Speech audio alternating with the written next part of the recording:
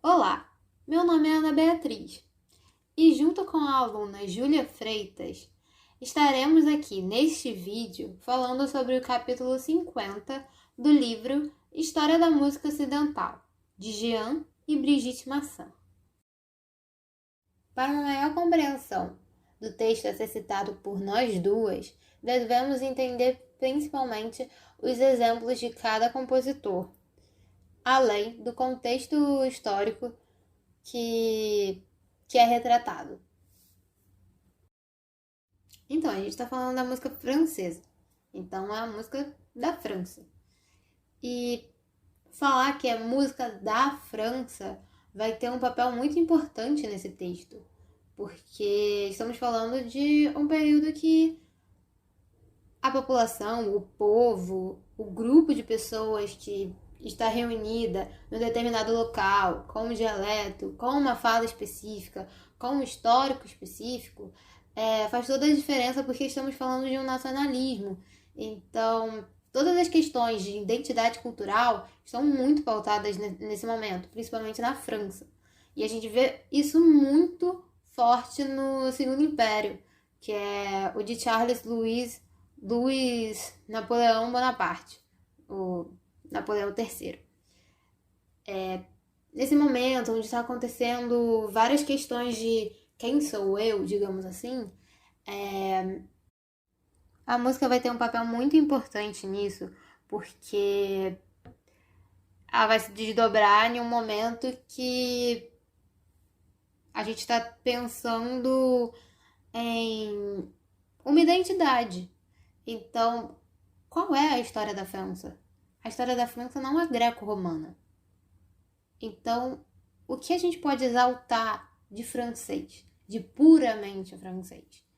Então, a abordagem dada por Napoleão Bonaparte, e que a gente pode ver tanto na arquitetura das classes burguesas e nas construções formais de partitura e até mesmo de conteúdo, é a questão do resgate dessa pompa, desse galanteio da antiga sociedade da corte. Porque a nossa imagem que a gente tem da França é o que eles construíram pra gente. E o que eles construíram foi nesse exato momento, pensar na corte de Versalhes, que é o grande berço deles, historicamente. Então, no texto, ele cita a importância da Exposição Universal, que aconteceu em Paris em 1855, onde a gente começa a ver o momento que a cultura está no mesmo lugar que a indústria. Então, principalmente, o que é a Exposição Universal? É uma vitrine. Se a gente puder falar a grosso modo, é uma vitrine. Como a gente se mostra para o outro. Então, como a França vai se mostrar para o outro em questões musicais, em questões estéticas, de apreciação de coisas. E a música e a arte, até então, não estavam sendo entendidas como coisas. Que a gente poderia mostrar para o outro e falar, olha, somos isso. Você pode ver, apreciar esteticamente e ouvi-la também. Então, tem toda uma questão de gosto burguês e sociedade de consumo que estava surgindo naquele momento, fez com que Paris se tornasse a cidade modelo da Europa. E a gente pode ver muito bem no gênero francês, que é a ópera comique, a ópera comique, que relaciona o diálogo e a música ao mesmo tempo. E a gente pode ver claramente isso nos exemplos que a gente vai citar mais pra frente. E um ponto específico é que, ao decorrer do texto, ele não fala somente dos três citados. Ele fala de vários outros compositores que fizeram parte desse mesmo momento, contemporâneos a eles, porque a gente está falando de um século, mas também de um determinado período. E que a gente começa a ver a transição, pensar nessa construção histórica de um gênero, porque a gente pensa na ópera de uma forma tão engessada, de uma forma tão dada na Itália, e a gente não muda muito a visão e nem a interpretação que é dada por outras pessoas. E nesse momento na França, eu acho que tem uns saltos, umas nuances, umas interpretações tão sociais que a gente tem que começar a pensar nessa gradação da história, de como ela é interpretada.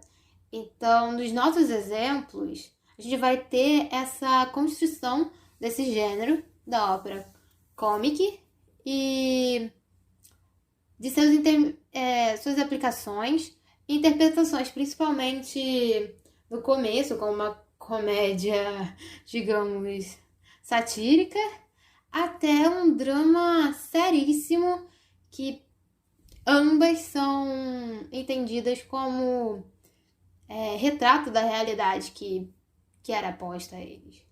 E como a gente pode entender as produções de orquestra, e não só de orquestra, como óperas, composições, inúmeras outras implicações que dizem muito sobre daquele momento e muito pelos compositores. Então o texto traz muitos exemplos de compositores dessa época, a época de Napoleão III. E todo o pensamento, a ideologia na qual ele tinha, pensando em questões de modernização, industrialismo, a relação com as camadas médias, mas também a esse teor tradicional do que era a França antigamente para as cortes, porque pensar na corte de Versalhes é pensar nesse antigo regime que a Europa estava dentro, né? Pensar nessa tradição do Rei Sol e toda a criação de relação, digamos assim, como absolutismo e entre outras coisas. Então, o estilo que foi dado, podemos dizer, estilo, é da aristocracia. Então a gente começa a ver isso muito como com as operetas de Offenbach e depois não um aprimoramento, mas um amadurecimento nesse contexto, como Gounod, e um certo declínio desses pensamentos, um teor de peso, um cargo muito pesado, que a gente pode ver claramente no exemplo pessoal de Bizet, porque a Júlia vai falar brilhantemente essas questões. Então, vamos para o nosso primeiro exemplo. Jacques Offenbach nasceu no ano de 1819 e viveu felizes 61 anos nesta terra. Ele nasceu em Colônia, que na época era um território da Prússia, né? Hoje em dia é um território que pertence à Alemanha, mas na época era um território da Prússia, que mais tarde veio a ser conquistado pela França, que, enfim, uma disputa de territórios. Acabou que hoje ele pertence à Alemanha, né?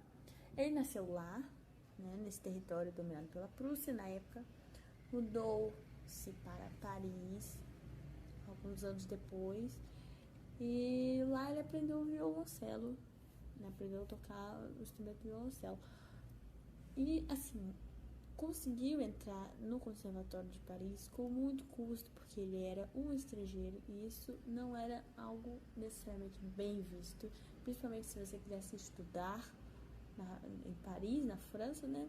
Você tinha que ser um francês. Se você não fosse um francês, você ia penar muito mais para conseguir entrar lá. Nada mudou, né, até hoje. Enfim. O gênero, né, que predomina na sua produção musical é a ópera, né?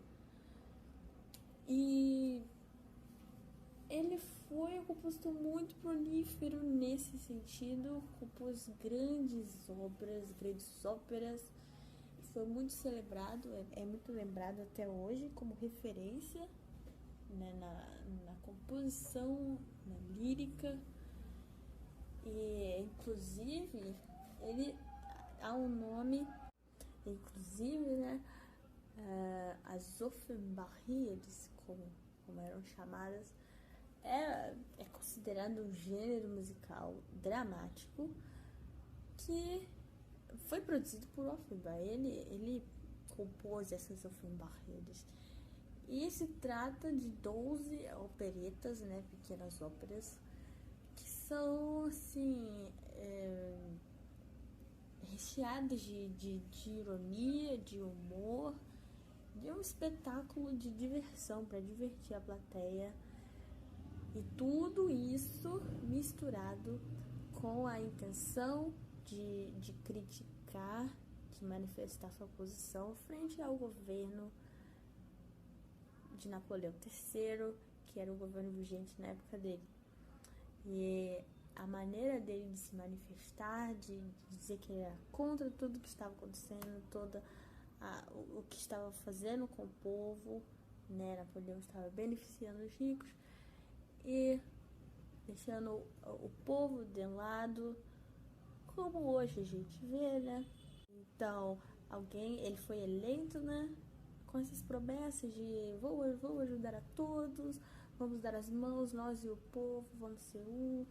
E quando chega lá na hora de vamos ver, nada acontece, né? Então, Offenbach está muito ciente disso e ele usa a sua arte, usa a sua habilidade de composição para justamente fazer uma crítica, né? A todo esse sistema, todo esse governo que estava vigente naquela época. E essas 12 operetas são um retrato muito, muito fiel do que estava acontecendo e do quão injusto era, né? Toda essa situação, né? E esse humor, essa ironia não era combinado de qualquer jeito, né? Ele era com muita maestria. Offenbach conseguia misturar tudo isso de forma que os próprios governantes, né, o próprio pessoal do governo ia assistir as operetas dele e achavam muito engraçados, achavam, né, humor sem fim e tal.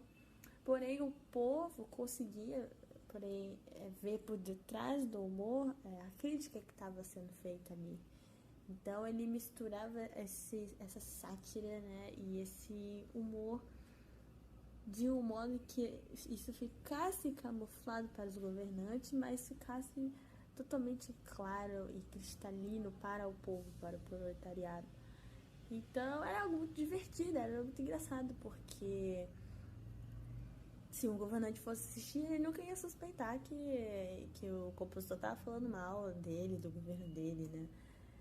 Mas o povo conseguia enxergar isso claramente, né? Então, assim, é um pouco parecido com o que aconteceu aqui no Brasil, né? No período da ditadura, né? Você tem, por exemplo, a música Roda Viva, do Chico Buarque, né? Que ganhou o Festival de Música Brasileira de 67. Essa música é uma clara crítica, oposição ao governo, à ditadura, né, que estava acontecendo naquele momento, porém ela não foi barrada, ela não foi banida, né? Isso era incrível. E Offenbach faz a mesma coisa aqui, né? E o exemplo que a gente trouxe de ópera, de uma dessas operetas, é o mito do Orfeu no Inferno, né? Que aqui ele reescreve completamente a história do mito, muda completamente o cenário, a história do mito, né, que até então se conhecia, e realmente fica muito engraçado. É um humor, né, muito presente das obras dele. Por exemplo, no mito original, Orfeu e Eurídice, eles se amam, são apaixonados, e acaba que ela é picada por uma cobra, vai parar no inferno, e a história se desenvolve em Orfeu, né, o noivo, descendo até o inferno para tentar resgatar ela. E na história de Offenbach, Orfeu e Eurídice se detestam, né? A Eurídice tem um amante e ela não suporta ouvir Orfeu tocar violino. Ela é mordida por uma serpente, vai parar no inferno, realmente, isso ele manteve. Só que E aí Orfeu chega a ficar feliz porque ela foi para o inferno, porque ela parou de perturbá-lo. E aí, porém, né, entretanto, a opinião pública, né, que é o personagem dessa ópera, força o Orfeu a ir resgatar a Eurídice no inferno. Então, assim, você tem ele reescreveu a história do mito, tornando isso uma crítica, né, de um modo muito bem feito, muito bem estruturado. E com certeza esse gênero, as Offenbach-Lieder, foram muito famosas, né? Levantaram o nome do compositor, ele até hoje é muito conhecido, muito reconhecido pela sua contribuição para a música lírica francesa, né? Contribuição enorme que realmente levantou o nome da França, né, frente a tantos compositores germânicos, italianos, enfim, vienenses. O nome da França tá lá também, muito por causa de Jacques Offenbach.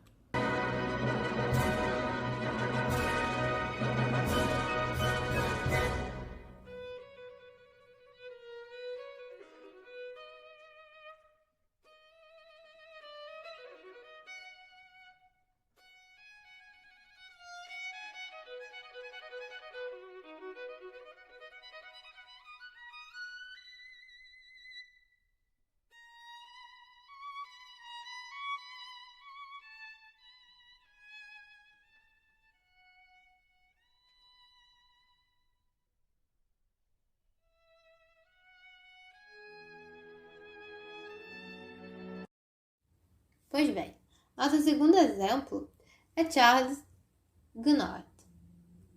Gounod foi filho de um pintor e de uma pianista.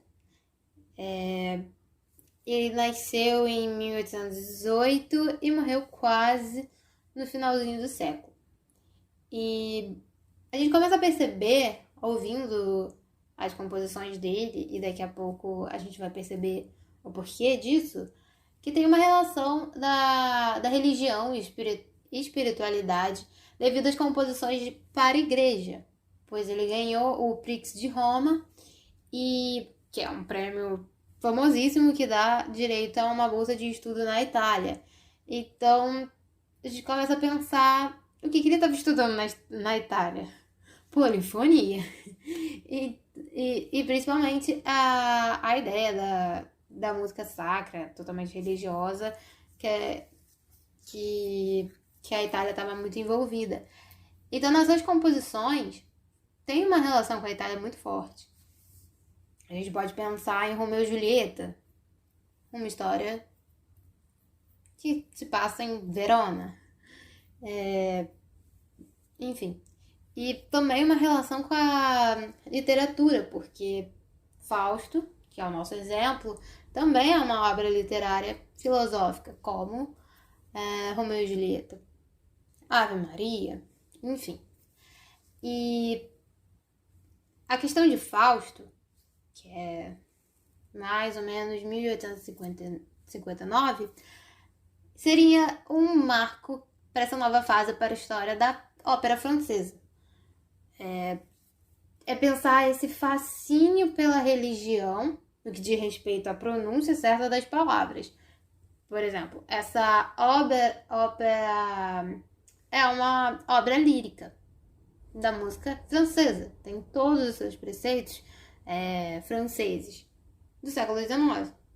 Mas a gente começa a pensar nessas dualidades, nesses contrapontos de ideia, que é muito parecido com o contexto da classe média burguesa da época, que tem a questão de temos que seguir a religião, mas também tem o prazer.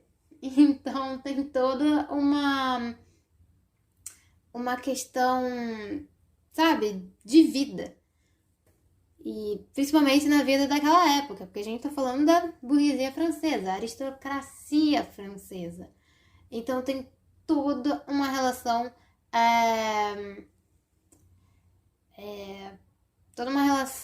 como eu posso dizer, tem muita melodia, ele é ele tem relação com o piano, ele foi, compositor, professor, maestro, pianista, tanana, tanana, tanana. E a gente começa a pensar nesse melodismo que a gente vai ver no exemplo, que é o exemplo da canção da Joia de Fausto. Sabe, a gente vamos escutar, né? A soprano dramaticamente se encantando por joias. Joias que são o quê? Símbolos da burguesia. A riqueza seduz a jovem inocente.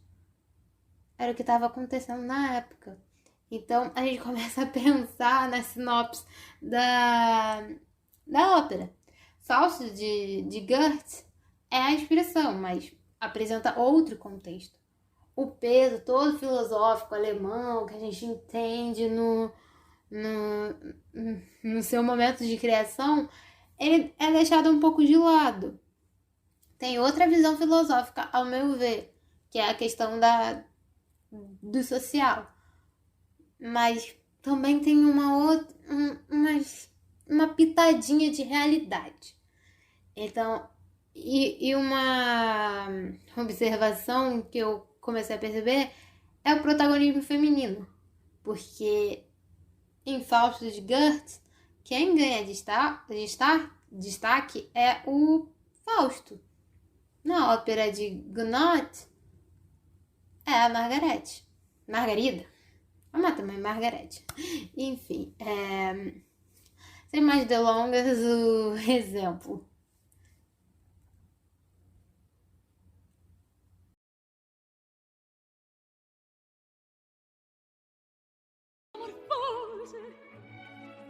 Il metto d'accord d'essayer le bracelet et le collier.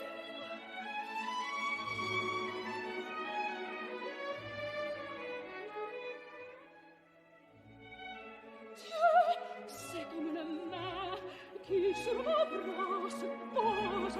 Ah,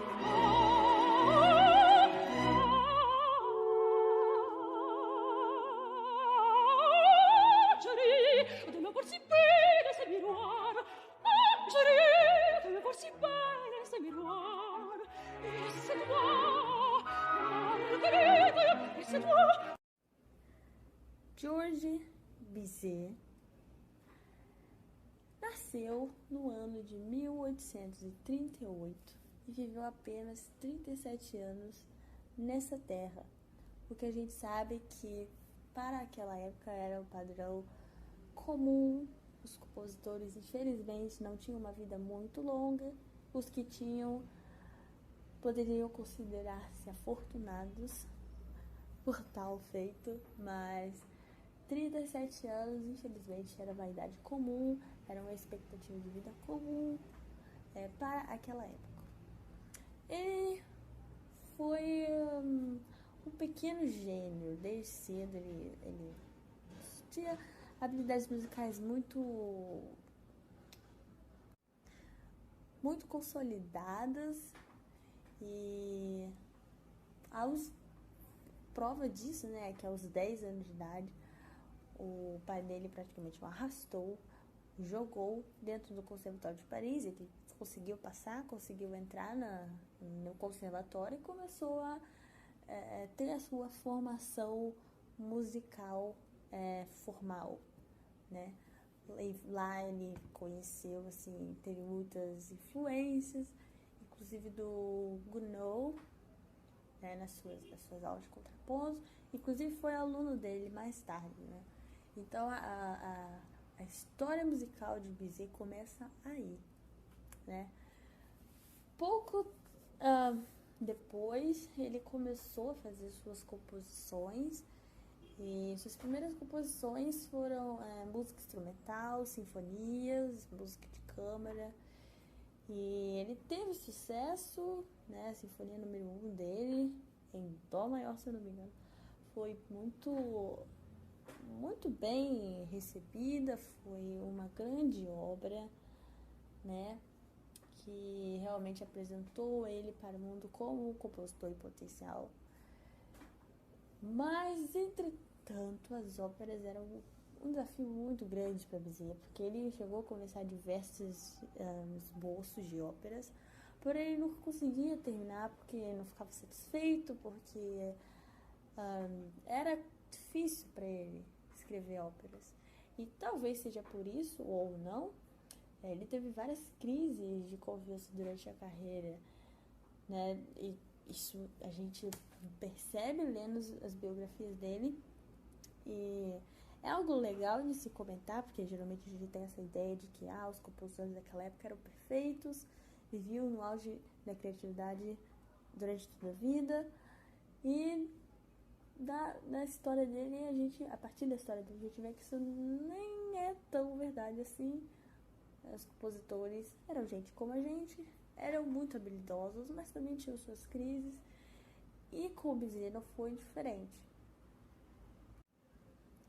Depois dessa primeira grande crise, ele foi encomendaram, né, para ele uma ópera cômica ficou sendo chamada de Les Pêcheurs de Perles. Não sei falar francês, me desculpe. E foi um fracasso, né? Foi muito mal recebida, foi extremamente criticada. O próprio Bizet reconheceu que era uma ópera que não devia ter sido publicada, não devia ter sido estreada, porque não tinha uma estrutura, não tinha uma forma, era bagunçada, não soava bem. E isso acabou abalando ele, né? Abalando bastante o Bizet. Um tempo depois, encomendaram outra ópera para ele, encomendada pelo Teatro Lyric, chamada Bela Jovem de Perth, que foi um pouco melhor recebida, mas mesmo assim ainda não teve aquele gosto especial, aquela mega recepção.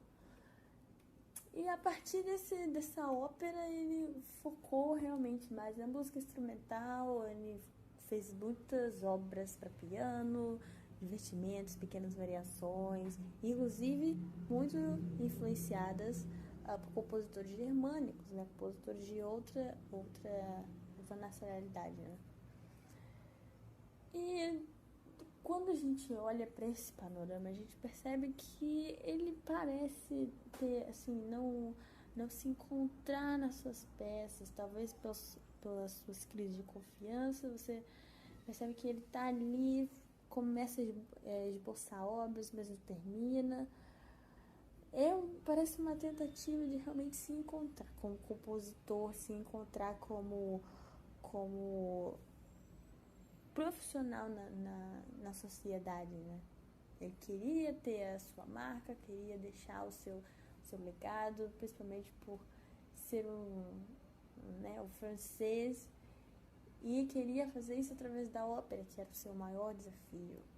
E aí chegou um determinado momento da sua vida, né, perto da sua morte, que ele determinou que ele iria compor uma grande peça, ele ia focar os seus esforços em fazer algo muito bom, algo que fosse digno de celebrado, algo que tivesse uma grande recepção, algo que realmente fosse a obra da vida dele. Tanto é que para essa ópera, era uma ópera, para essa ópera ele inclusive chamou os libretistas de Offenbach para fazer os libretos dessa obra que ele estava escrevendo. Isso mostra o quão realmente ele queria fazer um negócio legal, um negócio bem feito. Acabou que essa obra foi a obra que, né, imortalizou Bizet no mundo da música, no mundo dos compositores de ópera. E essa obra não poderia ser nada mais nada menos que a ópera Carmen. Carmen foi a obra que colocou ele lá no topo, colocou ele junto com compositores grandes nomes da ópera italiana, da ópera alemã, ele sendo um francês, né? Então foi realmente uma obra espetacular, uma obra que rompeu com várias ideias da sociedade, inclusive. É uma obra que tem essa veia política, tem uma veia mais do que música, né? E a gente percebe nessa obra que ele finalmente se encontra com o compositor, ele realmente faz algo que ele te orgulha, algo bem feito, algo estruturado, consolidado. É uma joia. É uma joia da ópera. A gente assiste e a gente consegue perceber, a gente consegue sentir isso, né? Na história da ópera, Carmen, que é a personagem principal, ela é uma jovem bonita, uma jovem cigana, que causa uma confusão no seu trabalho e acaba indo presa por causa dessa tal confusão. E lá na prisão ela acaba seduzindo o guarda e convence ele a soltar ela. E ele acaba sendo preso depois por ter soltado ela. E aí os tempos passam, eles dois se reencontram, né, o guarda e a Carmen, acabam vivendo um romance que não dá certo porque o José, que é o nome do Dom José, né, que é o nome do guarda, acaba por ser um homem muito controlador, muito possessivo, muito ciumento, e a Carmen não se submete a essa situação. E isso para aquela época já era algo muito, um tanto escandaloso, porque era uma realidade comum. E uma mulher se opor a isso já era algo uau, né? E aí eles terminam, voltando para a história, eles terminam, a Carmen conhece outra pessoa, começa um novo relacionamento e José não aceita ver ela com outro homem, e aí no final ameaça ela, né? Se você não voltar comigo, você simplesmente não vive. E o final, o grande final da ópera, acontece uma tragédia, porque como ela se recusa a voltar com ele, ela acaba sendo assassinada pelo José.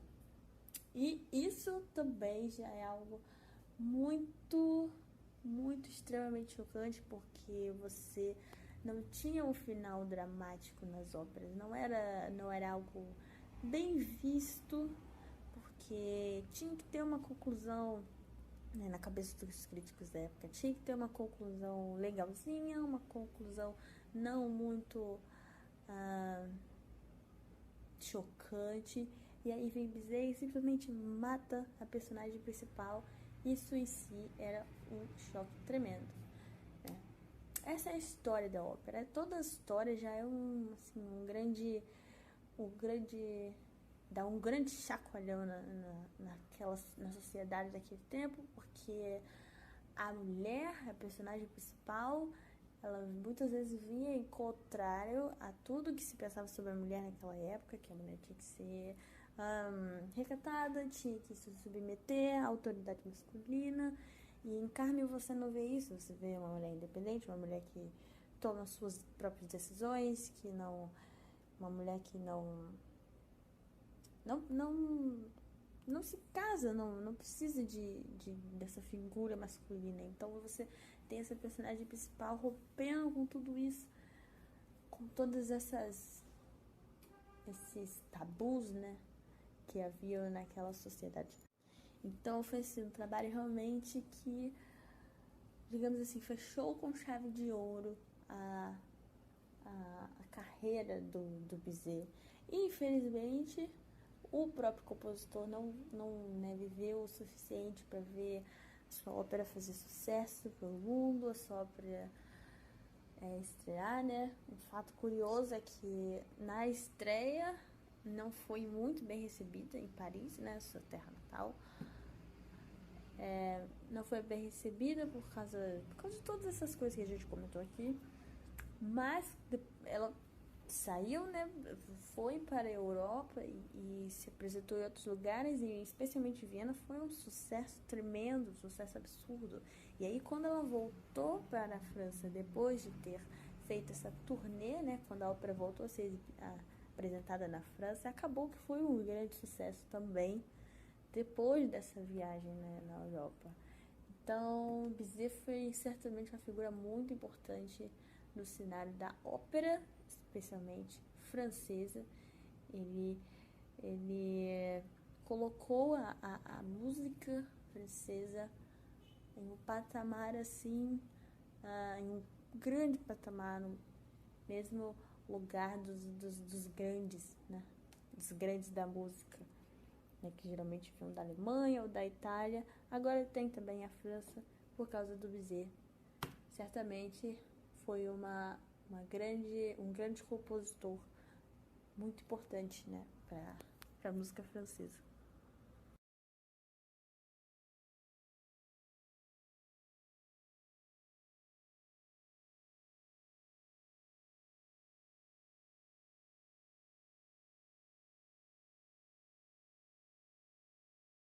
Oh, la dernière fois,